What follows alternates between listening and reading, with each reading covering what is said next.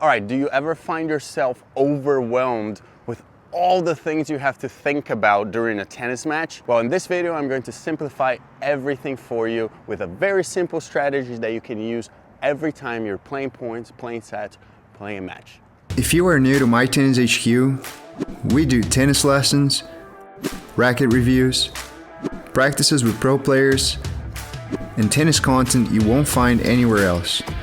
So make sure you subscribe and hit the bell button. And before we begin the lesson, a shout out to all of our members on our winner circle.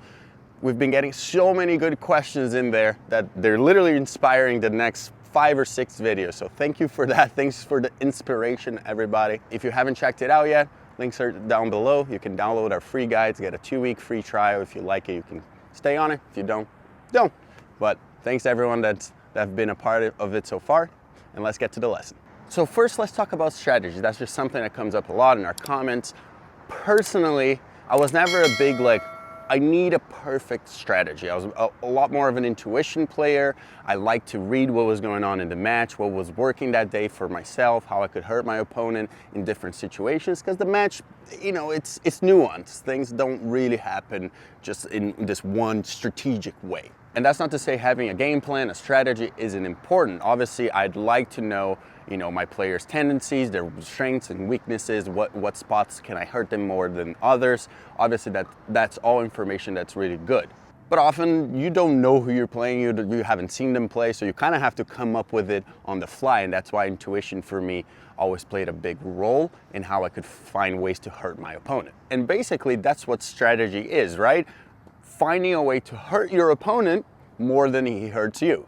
So what is this strategy that I'm talking about? Honestly, I don't even want you to think about strategy, but I want you to think about a simple way of thinking about what to do with the ball, really. Basically, what I do is split all the shots that I hit into 2 categories. The first one is shots that I'm not pressed for time, I'm not rushed, I feel like my feet are nice and under me, and I'm in good position.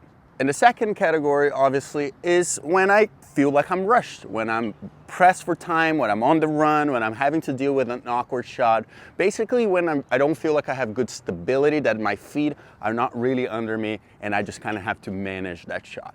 And since we're talking about simple strategies, here's a simple strategy for you to protect yourself and your data against cyber attacks. Use NordVPN. Because of tennis, I travel a lot, which means I use public Wi-Fi's all the time. Without a VPN, my data can be easily compromised. And since I'm running an online business, I need protection from cyber attacks. With NordVPN, not only you get a secure VPN server, but also a threat protection feature with always-on cybersecurity, even when you're not connected to a VPN server. Plus, by using NordVPN, you get access to content that might not be available in your area. For example, there's a big tech company that owns the rights of tennis in the UK, which means since it's kind of impossible to watch tennis in the US, I can connect to a VPN server in the UK and watch all the tennis I want. So try NordVPN by using the link in our description. You can use up to 6 devices at the same time, and by using our link, you get a 30-day money-back guaranteed. Plus, you also get 4 months free when buying a 2-year plan with NordVPN. Don't let hackers break your serve. Use NordVPN. So now we're gonna play a couple points, and basically I have these 2 simple decisions, right? If I don't feel like my feet are under me, like I'm a bit rushed, like I can't do much with that ball, my only goal is to keep that ball deep. Don't let my opponent step inside the court to attack me even more, right? Manage that situation. I'm not gonna go for any crazy angles or anything. But if I do feel like my feet are under me, I'm in good position, I have good stability with my body, I'm going to try to hurt my opponent. Now, how that's gonna look like, it depends. I can play with pace, I can play with an angle, I can play even with height, I can take the time away. That really depends on the situation. All right, let's go, a couple points. There you go. Feet were under me, hit a crappy shot, I'm going to attack him. All right, I'll start the point. Can't really do much there. Just managing, great ball by him. There you go, I just kept the ball deep. It was a great ball, it was fast. Not a lot I could do. There we go.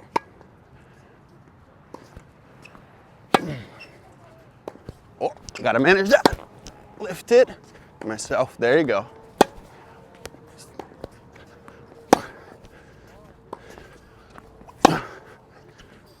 Nice. good shot. See, I never really had an opportunity there to attack him. I just tried to keep the ball deep, deep, deep until I had the opportunity. He just played better than me in that point.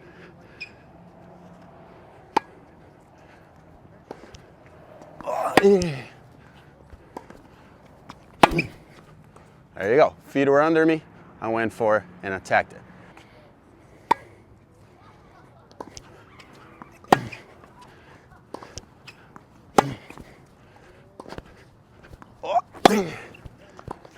Oh, come on.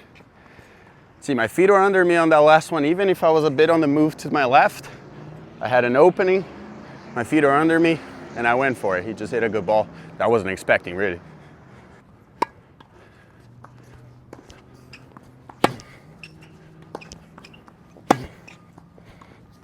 Oh, gotta manage that one.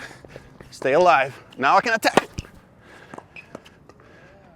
See, I went from managing a shot that I was super far away to then actually having an opportunity. I felt my feet were under me. There was an opening. I went for it. So you see, the decision making becomes a lot easier. Now, where I'm gonna hit my shots, it really depends. It depends on the match, depends on my opponent's strengths and weaknesses. Obviously, you can figure that out as you're playing. And then you can use your more neutral shots, the ones that you're not being too offensive, to find the weaknesses and hopefully then get an easier ball that you can attack. So by having the simplicity with your decision making, it becomes much easier to objectively look at your game, right? Like objectively look at the mistakes that you make. Was it a bad decision because maybe your feet weren't there, where you rushed and tried to hit a winner, where you rushed and tried to do something with the ball, or was just an execution problem? You had an easy ball, you had your feet under you, and you hit it and maybe missed it by a little bit. Sometimes making a good decision, making the error, it's okay. But making the error because of a bad decision is typically the problem. And once you really figure that part out, it's much easier to refine yourself as a player, to understand like, okay, I shouldn't be going for that shot when I'm in this situation. And there's a million situations, I can't go over all of them. But then you as a player, you can figure it out. It's like, oh, I can hit this ball in this situation. That keeps me neutral. Or there's one shot that you really like to hit that maybe looks like you're in defensive position. Let's say it's a forehand on the run here. Bah! It looks like you're in a defensive position, but you actually love to hit it. So when they do that, you can attack. That you have to figure out for yourself. So just to end the video, here's a quick drill that I like to do. I call it the return to the sender. And this is great for you guys to visualize that part of managing the balls that you don't feel like you have your feet under me. So if you can see here, we got 5 balls on the court. Those represent 5 targets. 5 targets that we want to hit. Deep cross, or deep to the forehand, deep to the middle, deep to the backhand, and obviously the 2 angles. Everything around here isn't great, right?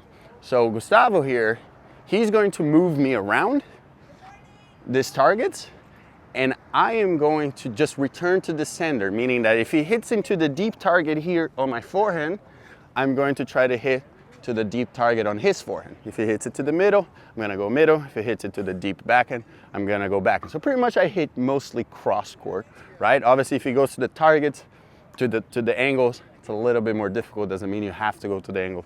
But here you see that I can hit just quality balls, just return right back to the center. All right, go anywhere you want. All right, so you see, nice and easy here. He goes middle, I go back to the middle.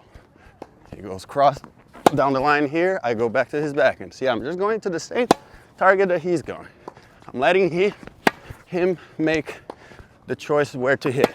See, just following his targets. He's going middle, I'm going middle. He's going middle, going middle. Oh, I'm going cross. I'm going cross again. He's going middle, going middle. Left it a little bit short. I can attack. Now, obviously, this is not how you're going to play every time. But very often, you just find yourself in a position where you're on the move. Maybe the person hits one here, one there, and you just feel rushed. Keep it simple, because if you try to keep redirecting the ball, especially when you're on the move, when your feet are under, it's difficult. So keep that big target. You see, I wasn't even playing too wide. Let's do it again. I wasn't even playing too wide, just deep. That was my goal, even if it needs to be just a high ball like that.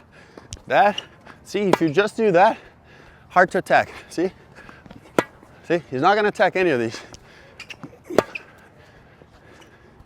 Oh, not high and heavy there.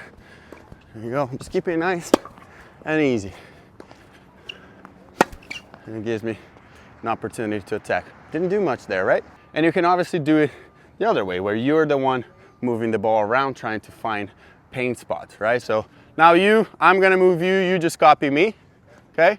So let's say I go there, he's gonna go middle, I went cross just to set it up the point nicely. I go middle, I can go a little more down the line. You see, he's able to keep the ball alive there. There you go, he's able to keep the ball alive. I'm moving him, but there you go, good job. I don't know why you're running there like a crazy person. Again, one last one. If he just tries to send the ball where I feed or where I hit, it would probably be easier for him. Go. So that's it. Again, obviously an oversimplification, but I've done this with all my players. Sometimes just like, keep it simple. If you're not there, if you don't feel like you're there with your feet, keep the ball in play. Keep the ball alive with the slice, with the high ball. Give yourself another chance to then have a shot that you got your feet under and you can hurt your opponent.